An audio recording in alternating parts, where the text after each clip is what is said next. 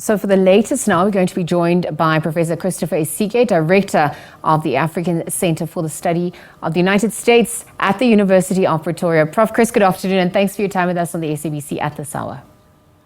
Good afternoon, Lizelle, and thank you for having me on your show. So we now know the DRC citizens are at the polls. Perhaps you could speak to the obstacles that the country has had on the road and the build-up to these elections. Well, there are a lot of issues around the elections. For one, like you said, because of the conflicts in the eastern part of the country, some people will be disenfranchised. People in Rushuri and Masisi territories in North Kivu province, for example, will not be able to vote because of violence, and this represents about 11% of voters that will not take part in the elections. All of these are happening against the backdrop of conflicts in the eastern region of the country, terrorism in the northeast of the country, and having the DRC having the highest number of internally displaced persons, 6.9 million people, and of course an overarching poverty that seems to bedevil the country apart from the violent conflict that has been synonymous with the DRC since 1961. Prof, thank you for giving us that context, because now we want to look at the dynamics unfolding, the incumbent President Felix Tshisekedi, who is now obviously seeking a re-election, and how he's done so far, perhaps also comparing him to some of the candidates that have come to the fore. Martin Fayulu, who obviously who's a contender, Nobel Peace Prize winner Denis Mukwege. We also have the two female candidates, Joelle Bill, as well as Marie Ifoku. What are you observing on that front as they contest? Well, the incumbent has a big chance because many of these names you mentioned, of course, many of the opposition parties have rallied around Moise Katumbi, so he's the face of the United Alliance of Opposition.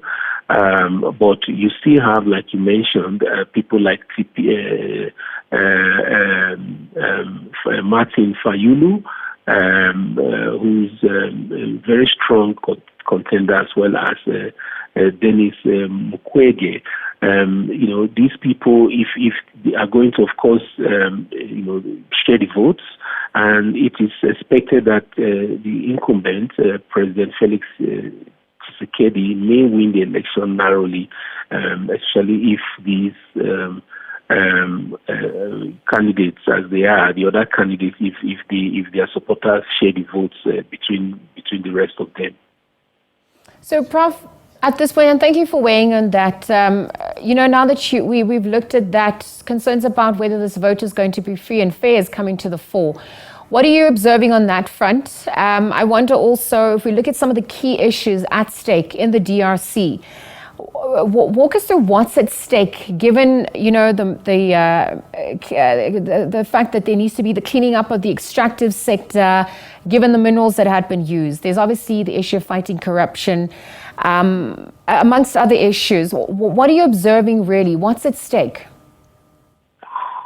Well, a lot is at stake. Remember, just a few weeks ago, the president pulled out of the East Africa Regional Force because he said that they were not. They were disappointing in terms of what their mandate was to help, ensure peace in the country.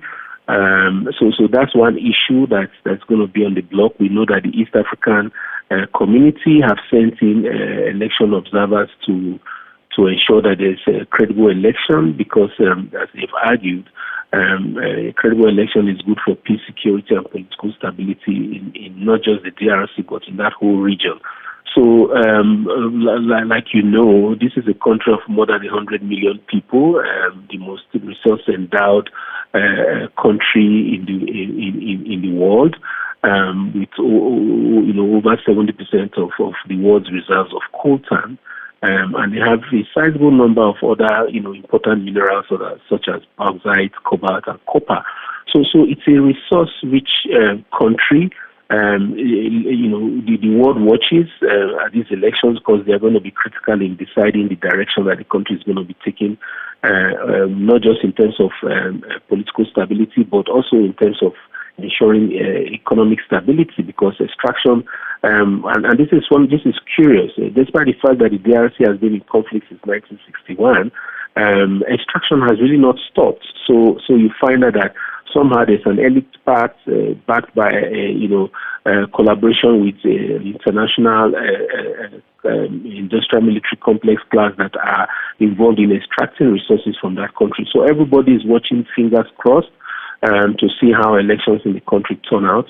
But what I do observe is that even if things have gone very well. I mean, even the campaigns went quite peacefully, apart from clashes between opposition supporters here and there, and of course the supporters of the incumbent. But overall, it should be free and fair. It should be a peaceful election. Whether it is free and fair, it's a different ball game, and what that results into will be something that we will just have to wait and see.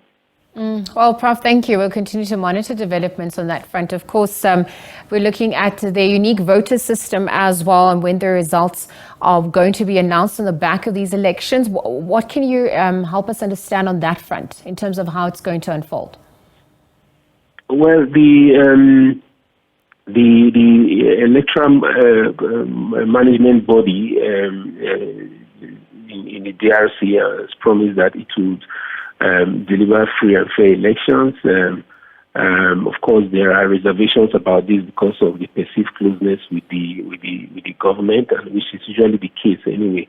But it is hoped that the use of technology would help to reduce the incidence of vote rigging, and it is expected that the results will be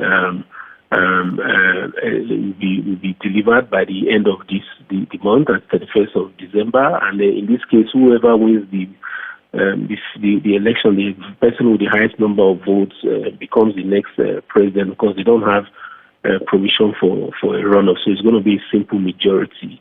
And if all goes well, the one with the highest number of votes by the 31st of December will be announced, and then the new president will be sworn in, I think, sometime in January of 24. All right, Prof, let's leave that conversation then. Thank you for your time with us on the SABC at the Hour and for weighing in. Professor Christopher Isike, really just weighing in on what's transpiring in the Democratic Republic of Congo. We now know that voting has commenced there. Some of the polling stations having opened late in Kinshasa, as election material arrived early in the morning at polling stations. So we're obviously monitoring developments from here. And 2 president and members of parliament will be elected during this voting cycle.